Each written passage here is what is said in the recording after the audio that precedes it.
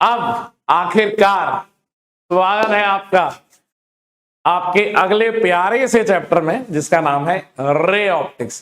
कब से इंतजार था तुम्हें रे ऑप्टिक्स का, ये बताओ। कब से इंतजार था तुम्हें रे ऑप्टिक्स का? आखिरकार ये चैप्टर आ ही गया है।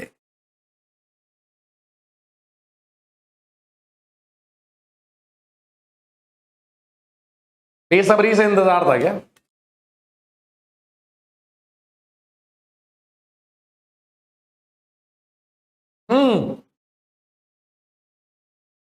बेटा गलती से भी हैप्पी बर्थडे टू यू 12 बजे मत बोल देना, वरना 5 तारीख को मैं तुम्हारा बर्थडे मना दूंगा।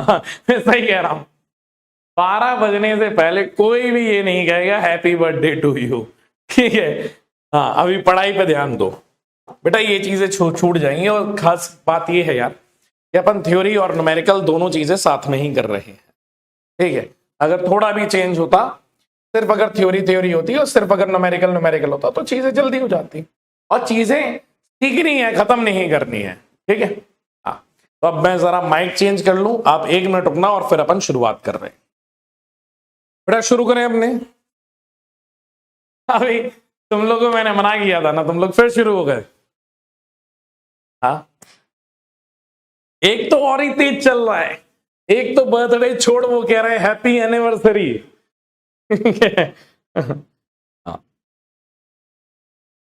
एक तो और ही ज्यादा तेज चल रहा है। मैं अब जरा देखता हूं, पंकज सर को कॉल लगाता हूं, वो फोन उठाते कि नहीं। पंकज सर से ये मैकेनिज्म समझते हैं कि यार ये 12 बजे जो बच्चे हैप्पी बर्थडे टू यू बोलते हैं उनका सिस्टम क्या है।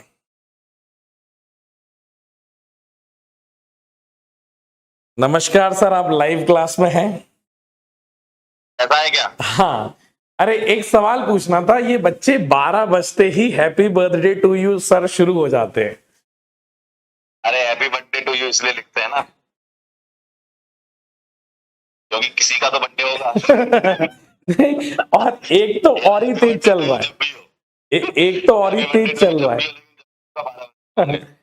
एक तो और ही तेज चल रहा है, वो कह रहा है हैप्पी एनिवर्सरी। उसमें आगे ऐड कर। तो ये भी गजब है। अभी क्या वो चल रहा था बीच में। अच्छा, ब्रेक नहीं दिया क्या आज फिर? नहीं, आज ब्रेक नहीं दिया बच्चों को, मैंने सोचा कि टाइम बढ़ जाएगा थोड़ा, वरना और टॉपिक अच्छा, भी ऐसा चल रहा है। मामला ज्यादा तो नहीं चलना चाहिए। जिस अभी रे ऑप्टिक्स आ गया, वेव ऑप्टिक्स और मॉडर्न फिजिक्स, ये तो छोटा है, 2.5-3 घंटे में खत्म हो जाएगा। वो 1 घंटे, करीबन 4 घंटे और चलेगा इसके बाद। तो बड़ा आसान सा रहता, फोटो इलेक्ट्रिक हाँ। इफेक्ट और सब। तो वही मैं जब प्रॉपर्टीज ऑफ मटेरियल पढ़ा रहा था, उसमें केमिकल कंपाउंड आ गए, तो मैंने कहा आजकल केमिकल कंपाउंड पहले सिर्फ किचन में मिलते थे, NaCl, C2H5OH, आजकल बाथरूम में मिलने लगे हैं। फेस वॉश में फॉलिक एसिड, सैलिसिलिक एसिड, आजकल सब इन सब में कॉस्मेटिक्स में बहुत सारा एसिड इस्तेमाल करने लगे हैं ये। तो बच्चे कहने लगे सर पंकज सर को याद करो, तो हमने सोचा आपको याद किया जाए। तो चलो सर, हम अपनी ये जंग चालू रखते हैं। ठीक है, बहुत बढ़िया। हाँ, फिर मुलाकात करते हैं जल्दी से। Okay okay.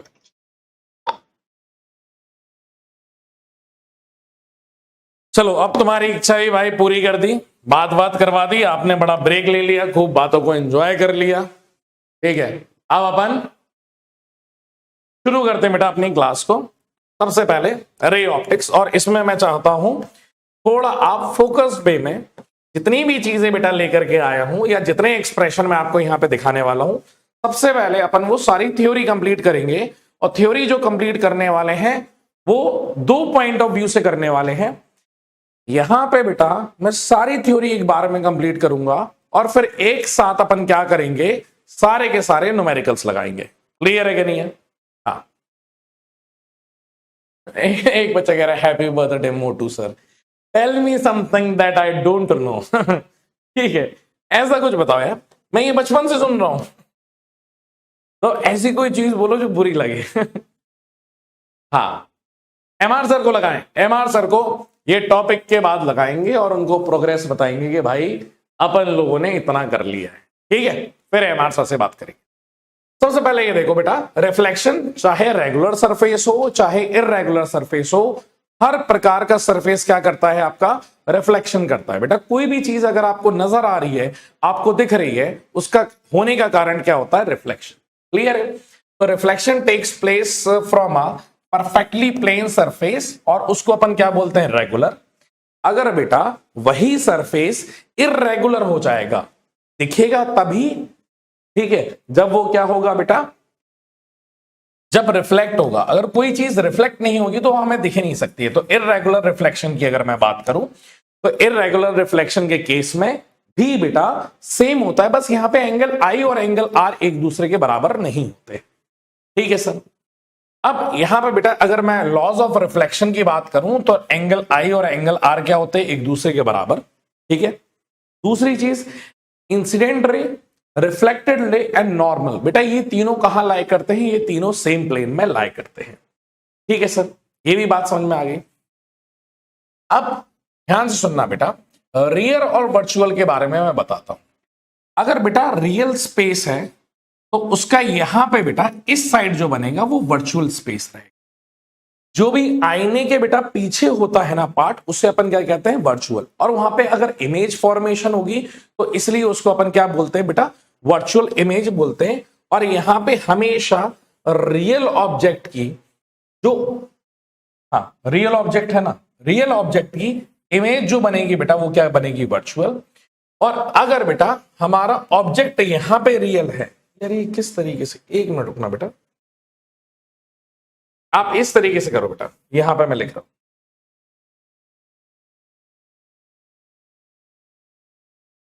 यहां पे इस तरीके से लिखो।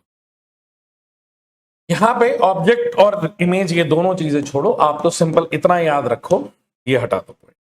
आप तो सिर्फ इतना याद रखो यहां पे कि बेटा अगर आपके पास रियल ऑब्जेक्ट होगा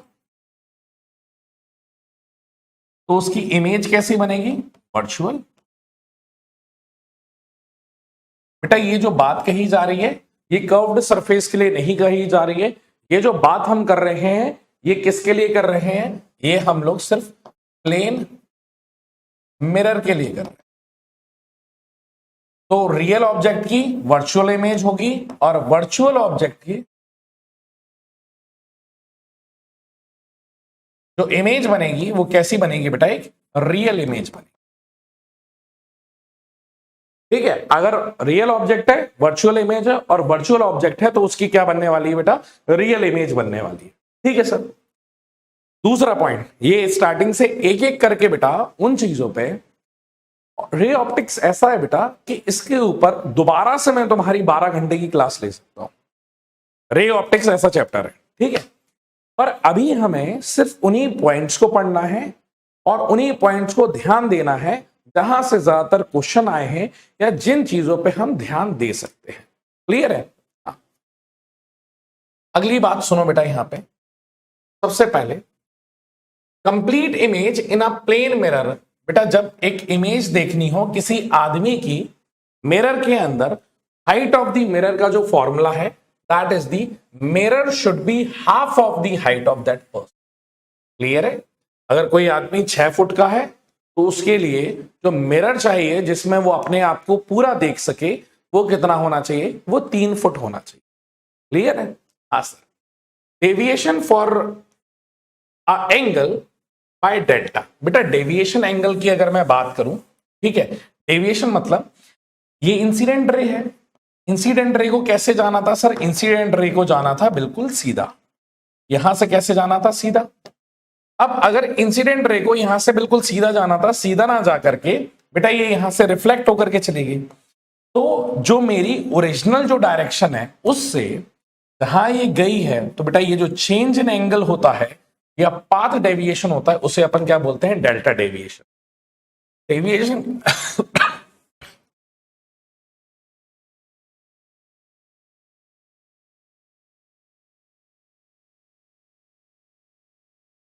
बेटा यहां पे बात सुनो,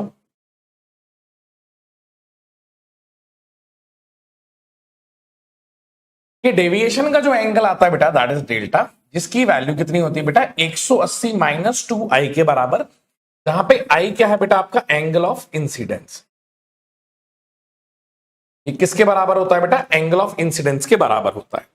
वहीं अगर बात की जाए कि अगर बेटा ये तो एक ही मिरर है, this is a plane mirror, अगर बेटा यहां पे आपके 2 मिरर दिए जाए तो यहां पे जो डेविएशन निकल के आता है that is equals to 360 minus 2 theta. बेटा यहां पे जो थीटा है that is the angle between mirror, angle between mirror, इसके बराबर हो जाएगा बेटा, मिरर एंगल की ये बात कर रहा है, ठीक है।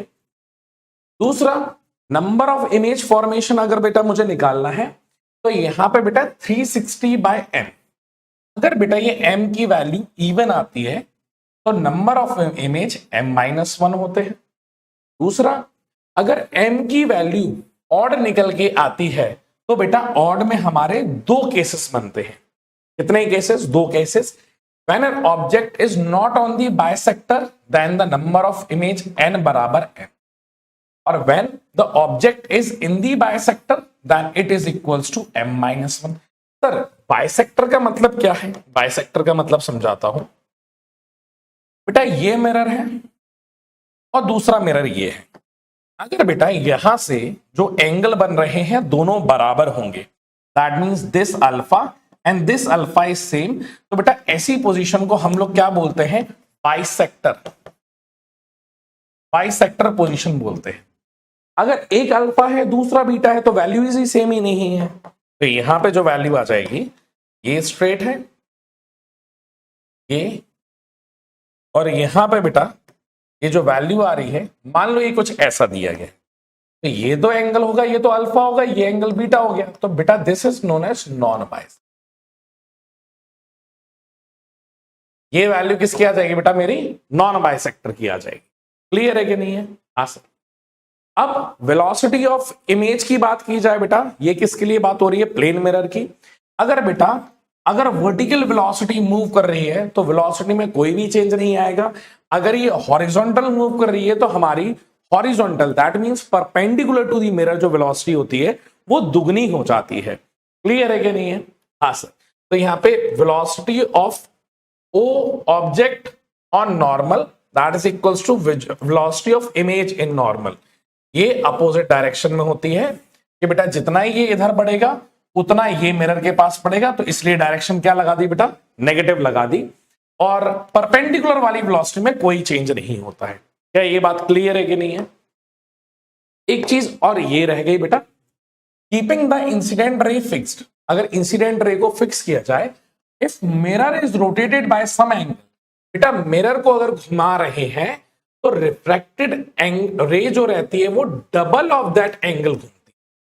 अगर मान लो आपने बेटा एंगल को घुमाया थीटा बराबर 30 डिग्री, तो यहां से जो रिफ्रैक्टेड एंगल होगा वो ऑटोमेटिकली कितना घूम जाएगा बेटा, 2 टाइम्स ऑफ थीटा। कितना हो जाएगा बेटा, 2 टाइम्स ऑफ 30 डिग्री, तो वैल्यू कितनी आ जाएगी बेटा, 60 डिग्री। खास बात है ये सेम सेंस में, अगर ये एंटी क्लॉकवाइज घूमा है तो इसके घूमने का भी डायरेक्शन एंटी क्लॉकवाइज ही होगा। क्लियर है? ये मतलब होता है बेटा सेम सेंस ऑफ डायरेक्शन का। क्या इतनी बात क्लियर है आप लोगों को? अब ये प्लेन मिरर का बेटा मैं एक साथ ही करूंगा, जैसा कि मैं बता रहा हूं न्यूमेरिकल्स। स्फेरिकल मिरर के बारे में सुनो बेटा। स्फेरिकल मिरर हमारे पास कितने होते हैं, 2 टाइप के होते हैं, ठीक है। स्फेरिकल मिरर ये बेटा कॉमन डेफिनेशन हम सारी चीजें जानते हैं। तो सर आप ये सब लिख करके क्यों लाए हो? बेटा ये लिख करके इसलिए लाए हैं क्योंकि ये चीज सिर्फ वन टाइम नहीं है ना, ये हमेशा के लिए रहेगा। जो भी कभी पढ़ेगा उस इंसान के लिए रहेगा। ये नोट्स आपके पास जाएंगे तो आपके पास हमेशा के लिए ये नोट्स रह जाएंगे कि यार कभी हमें अगर जरूरत हुई या किसी को हमें सजेशन हुआ तो ये नोट्स में डाउनलोड करके आप सारी चीजें एक कर करके ये चीजें देख सकते हो। ये वाला पॉइंट क्या हो जाता है बेटा, हमारा पूल हो जाता है। क्लियर? कोई भी रे अगर पैरेलल है प्रिंसिपल एक्सिस के तो वो कहां से पास होगी, फोकस से। ये मिरर कौन सा कहलाता है बेटा, कॉनकेव, और ये मिरर कौन सा कहलाएगा, कॉन्वेक्स। ठीक है? हाँ जी सर। अब यहीं पे बेटा अगर मैं बात करूं किसकी, फोकल लेंथ की, फोकल लेंथ क्या होता है बेटा, distance between pole and focus focal length हो जाएगा। कहने की ये बात है कि बेटा यहाँ पे कितनी भी रेज गिरेंगी वो सारी इसी पॉइंट पे इन अ प्लेन मिलती है, तो वो फोकल प्लेन भी कह देता है। मतलब एक ऐसा प्लेन जिसमें फोकस लाई कर रहा है बेटा, उसको अपन क्या कहते हैं, फोकल प्लेन कहते हैं। ठीक है, अभी इस पे ध्यान नहीं देना है। अब ये देख लो बेटा, पैरा एक्सियल रेस की अपन बात करते हैं। कोई भी रे, पैरा एक्सियल रेस और दूसरी क्या होती है बेटा, मार्जिनल रेस। ठीक है, अब मार्जिनल रेस, पैरा एक्सियल जो बेटा प्रिंसिपल एक्सिस के बहुत पास से पास हो रही होगी वो पैरा एक्सियल, और बेटा जो बहुत दूर से पास हो रही होंगी उन्हें हम क्या बोलेंगे बेटा, मार्जिनल रेस बोलेंगे। क्लियर है कि नहीं है? अब यहां पे बेटा साइन कन्वेंशन याद रखना, हमें इंसिडेंट रे का जो डायरेक्शन लेना है that direction is considered to be positive.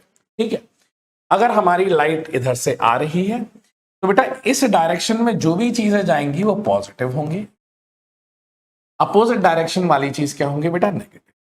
ऊपर वाली हर एक चीज अपने आप में पॉजिटिव है और नीचे वाली क्या होगी बेटा, नेगेटिव होगी। ऊपर और नीचे वाली चीज खास करके काम आने वाली है जब आप हाइट ऑफ ऑब्जेक्ट और हाइट ऑफ इमेज के बारे में बात करने वाले हो। क्लियर है कि नहीं? अगर मान लो बेटा ऐसा हमारा कॉन्वेक्स मिरर दिया गया है तो ये हमारी क्या हो जाएगी, लाइट।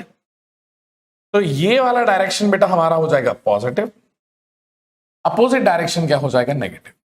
बेटा इसमें खास बात ये याद रखनी है कि यहां पे आपको जितनी भी चीजें मेजर करनी है ना, all the measurement should be taken from pole. एक बहुत इंपॉर्टेंट पॉइंट है, all the length should be measured from pole।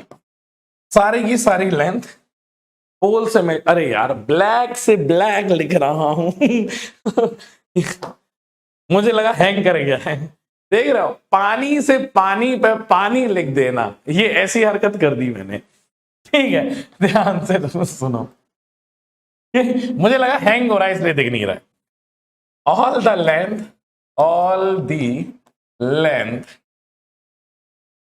all the length should be measured from pole। बेटा सारी की सारी जो लेंथ आपको लेनी है वो कहां से लेनी है, पोल से लेनी है। ठीक है, ठीक है सर। तो इंसिडेंट रे पे सारी की सारी चीजें डिपेंड करेंगी। बेटा कोई भी रे अगर पैरेलल है प्रिंसिपल एक्सिस के तो वो कहां मिलेगी सर, फोकस पे मिलेगी। कोई भी रे पैरेलल है, क्या बेटा, कोई भी रे अगर फोकस से पास हो रही है तो वो कहां से पैरेलल हो जाएगी बेटा, पैरेलल टू प्रिंसिपल से बनाई जाती है। अब कोई भी चीज बेटा रे अगर कहां से पास हो रही है, सेंटर ऑफ कर्वेचर से पास हो रही है, तो बेटा टकरा के वापस वो कहां से चली जाएगी, सेंटर ऑफ कर्वेचर से ही चली जाएगी। बेटा अगर कोई रे बेटा इंसिडेंट कर रही है पोल पे तो जितना एंगल आई होगा उतना ही एंगल आर होगा। बेटा पोल पे ये वैल्यू क्या रहती है बेटा, वैलिड रहती है। क्लियर है कि नहीं है? हाँ सर। अब ये वाली रिलेशनशिप बेटा याद रखना। वैसे तो आप अच्छे से जानते हो कि यहां पे बेटा जो फोकस रहता है वो रेडियस ऑफ कर्वेचर का आधा रहता है, पर ये जो बात होती है ना ये किसके लिए होती है बेटा, पैरा एक्सियल रेज के लिए बात होती है। मतलब ये वो रेज हैं जो प्रिंसिपल एक्सिस के बहुत पास से गुजर रही हैं। पर अगर बेटा हमारे पास मार्जिनल रे होगा तो बीपी दैट मींस फोकस की जो वैल्यू होती है वो आर कॉमन 1-1/2 cos थीटा के बराबर होती है। बेटा ये फोकस का ये फॉर्मूला याद रखना, मेंस वगैरह में तो पूछा गया है, आपके साथ अभी तक पूछा नहीं गया है। इन केस कभी पूछ ले तो उस चीज के लिए तैयार रहना। ठीक है, और वैसे यहां पे बेटा पैराक्सियल के लिए फोकस की वैल्यू r/2 के बराबर होती है, that is radius of curvature का आधा। ठीक है, अब यहां पे बेटा अगर मिरर फॉर्मूला की बात की जाए तो मिरर फॉर्मूला आपके पास जो आने वाला है दैट इज 1/f बराबर 1/f बराबर 1/f बराबर 1/u प्लस 1/v। बेटा ये इसके बराबर आपका फॉर्मूला निकल के आता है। क्लियर है कि नहीं है? अब यहां पे बेटा ये रिलेशनशिप मैं चाहूंगा कि आपका ऑब्जेक्ट कहां रखा हुआ है और आपको कहां से वैल्यू निकालनी है, आप उसी बेसिस पे अच्छे से निकालिएगा। मैं ये नहीं कहूंगा कि रियल ऑब्जेक्ट की नेगेटिव इमेज रहेगी, वर्चुअल ऑब्जेक्ट की पॉजिटिव रहेगी। आपका जैसा ऑब्जेक्ट दिया जाएगा आप उससे ये बात अच्छे से समझ जाएंगे। क्लियर है कि नहीं है? ये नेगेटिव और पॉजिटिव की बात कही गई है। ये जो ऊपर की तरफ हाइट है बेटा, इसे हाइट ऑफ ऑब्जेक्ट कहते हैं, जिसे अपन क्या बोलेंगे, HO। नीचे जो बनती है बेटा इमेज, उसे अपन क्या बोलते हैं, HI बोलते हैं। ये प्रिंसिपल एक्स एक्स है बेटा। रेज जो जाने वाली है वो ऑब्जेक्ट से जाने, अगर ये रेज इधर जा रही है तो इधर की चीज क्या हो जाएगी, पॉजिटिव। ये जो डिस्टेंस होगा बिटवीन पोल एंड ऑब्जेक्ट, उसको अपन क्या बोलते हैं बेटा, यू। अब रेज इधर आ रही है, आप मेजर करने इधर आए हो, तो दैट मींस यू की वैल्यू क्या हो जाएगी, नेगेटिव। सेम जब रेज इधर जा रही है, इसका इमेज फॉर्मेशन यहां हुआ है, तो फिर से बेटा पोल से पीछे की तरफ आ रहे हो, अगर पीछे की तरफ आ रहे हो तो v की वैल्यू भी बेटा ऑटोमेटिकली आप देख सकते हो, आपका फॉर्मूला रखने पे ही v की वैल्यू क्या आ जाएगी बेटा, नेगेटिव आ जाएगी। क्लियर है कि नहीं है? हाँ सर। अब ये जो इमेज बनती है ना बेटा, ऊपर वाले की अगर नीचे बनती है तो इसे अपन बोलते हैं इनवर्टेड। क्या बोलते हैं बेटा, इनवर्टेड बोलते हैं। और ये जो सीधी इमेज बनती है बेटा, इसे अपन क्या बोलते हैं, इरेक्ट। ठीक है, कि जैसा ऑब्जेक्ट रखा हुआ है वैसे ही इमेज बनेगी, तो मैं क्या बोलूंगा बेटा, उस इमेज को बोलूंगा ऑब्जेक्ट, इरेक्ट बोलूंगा। और अगर उल्टा बन रहा होगा तो उसे मैं क्या बोलूंगा बेटा, इन्वर्टेड बोलूंगा। क्या इतनी बात क्लियर है? हाँ sir. Next next next, magnification बेटा, m की वैल्यू HI अपॉन HO के बराबर होता है, जिसे अपन क्या बोलते हैं बेटा, माइनस का v बाई यू के बराबर होता है। सेम चीज आप यहां पे भी देख सकते हो कि मैग्निफिकेशन बेटा, ये एक टेबल बहुत ज्यादा इंपॉर्टेंट है। कई बार सिर्फ मैग्निफिकेशन की वैल्यूज दी जा सकती हैं और आपसे ये पूछा जाएगा कि इनकी वैल्यूज के बारे में बताइए कि इन्वर्टेड बनेगा या नहीं बनेगा।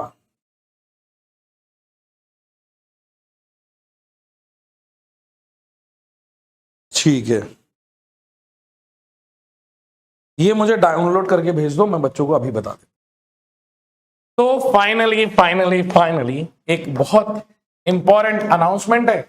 अगर आप 2 मिनट दोगे ना तो आप ही के सामने इसका उद्घाटन कर दिया जाए। सर आप फॉरवर्ड कर दो, मैं सारे बच्चों को जो है उनको अनाउंसमेंट ही कर देता हूं। 1 मिनट के लिए स्क्रीन ब्लैक कर देते हैं, अपन PDF डाउनलोड कर लेते हैं। ध्यान से सुनो, ब्रेक भी हो जाएगा, तुम्हें ये वाली बात भी इंफॉर्म कर देंगे अच्छे से। ठीक है, तो आखिरकार जिस कार्ड का आपको इंतजार था वो कार्ड आ ही चुका है।